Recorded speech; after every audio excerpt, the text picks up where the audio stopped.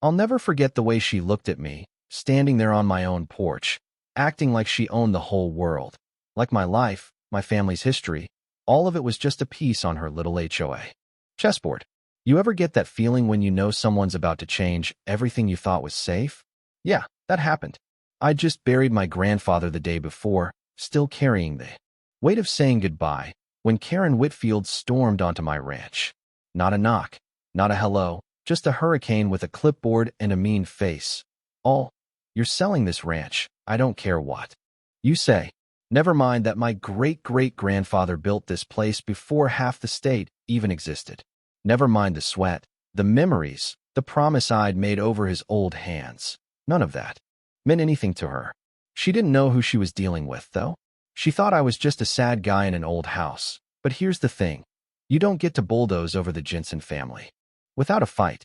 Not when I'd spent my whole life running toward trouble, not away from it.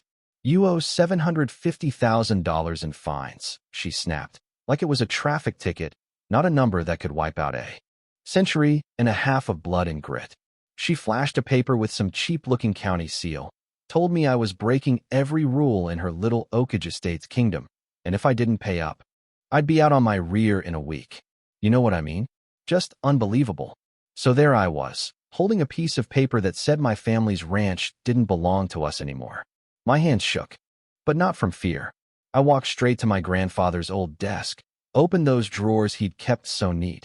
He always said, "Paper outlives talk," and started digging. Sure enough, I found it all. The deed from 1872, handwritten notes on every meeting with the county, maps showing the boundaries, receipts for taxes paid since before Karen's grandparents were even born, and, taped to an old survey, a yellow sticky note in my grandpa's careful script, Section 4, Paragraph B, farms from before 1950, exempt from HOA. The old man knew. He'd seen these types coming. But Karen wasn't the kind to back down. Next thing I know, she's back, this time with her two bored goons, one scribbling furiously in a notepad, the other lugging a measuring tape like he's about to rope off a crime scene. They try to hand me another fake warrant of inspection, but I don't move. "Get off my land," I say, voice low, just like I used to calm a house fire. "That's not a warrant. That's printer paper." For a second, her pin pusher looks nervous, but Karen's got that winner's gleam. She starts making threats, talking about calling the cops, about getting me hauled off for trespassing on my own land. It was all a show, but a dangerous one. Let me back up a sec. When you grow up on a ranch, you learn two things: keep records and keep allies. So I went straight to see Big Red Thompson, an old-timer down the road who'd seen Karen's tricks before. Red's the kind of guy who can smell a lie through a barbed wire fence. That woman tried to find me for having an old tractor, he told me, shaking his head. She's got no power over land like ours. But even as hope sparked, he warned me, she doesn't care about the law, just about winning. And boy, was he right. That week, I started logging everything. Voice recorder in my pocket, notebook on the counter, phone snapping photos of her SUV circling like a shark. Certified letters, hang-up calls. More phony notices with stamps so fake a kid could spot him. I stacked every bit of it next to the real county paperwork, side by side under the lamplight. The difference was night and day, real seals, sharp as a tack, versus her rubber stamp eagle and official county seal with no county. That's when it clicked. Faking an official seal isn't just sleazy, it's a crime. Didn't take long for the cops to show. She called in a trespasser complaint. Me, on my own property. Two officers pulled up, expecting a fight, but I just invited them in, laid out the original deed, my grandfather's will, the emails, the real and the fake paperwork. They saw what she was up to. Miss Whitfield may have lied about the situation, the older one said, all professional, but with a little relief in his eyes. I knew I'd won a round, but I also knew it'd only make her angrier. 2 nights later, I'm woken by my old dog growling at the barn. I shine a light and see a big, blood-red sign nailed to the doors, violation, property seized by order of the Oakage Estates, HOA. Middle of the night, like a threat. That was it. Time for backup. I called Tom Alvarez, retired county engineer. The guy who'd written half the building codes and could spot a legal loophole a mile off. He pored over my files, using a magnifying glass to check seals, comparing signatures, taking notes. When he finished, he shook his head. "She's got nothing," he said. "She's banking on you not knowing your rights. But if you want to really end this, you need proof she knows she's wrong." That's where the twist came in.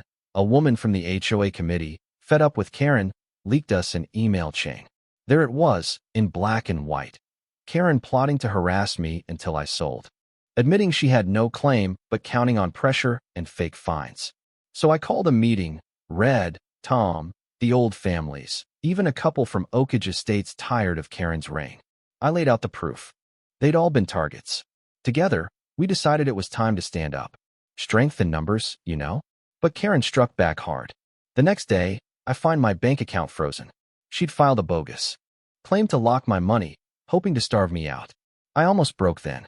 Sitting in my grandfather's old leather chair, I felt everything, grief, exhaustion, shame, just wash over me.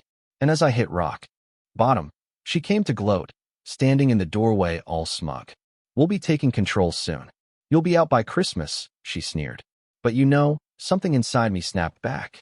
I remembered who I was, the firefighter who ran toward flames, the grandson who promised to keep this land safe, and, more than anything, the man who'd just been elected governor, not a week before. Karen had no clue. She'd tried to steal the ranch from the very person who'd soon be signing the laws. The fight was about to change. Inauguration day arrived. Cold, clear, the kind of day you remember forever. The whole community was there. Cameras rolling. Karen shoved her way to the front, dramatic as ever, waving her last demand letter in my face. This was her big play, right in front of the press.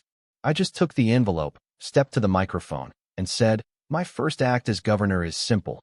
Today we start investigating HOA corruption, starting with Oakage Estates." The crowd went silent, then wild, as I turned to Sheriff Collins. "Sheriff, I believe you have grounds to arrest this woman for fraud and forgery."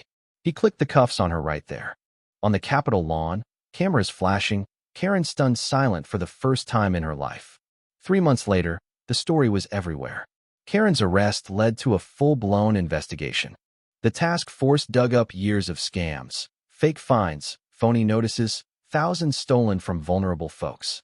The HOA board folded, the money got paid back, and Karen was history. Turns out, if you push hard enough, the truth pushes back. Now, the ranch is quiet again, the good kind of quiet.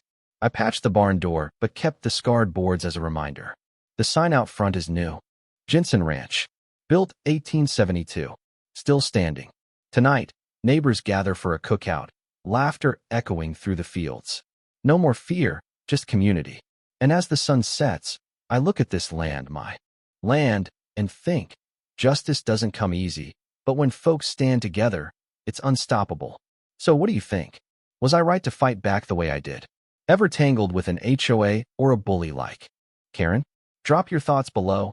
Let's talk about what real justice and community look like, because this story sure isn't over for the next person facing the same fight.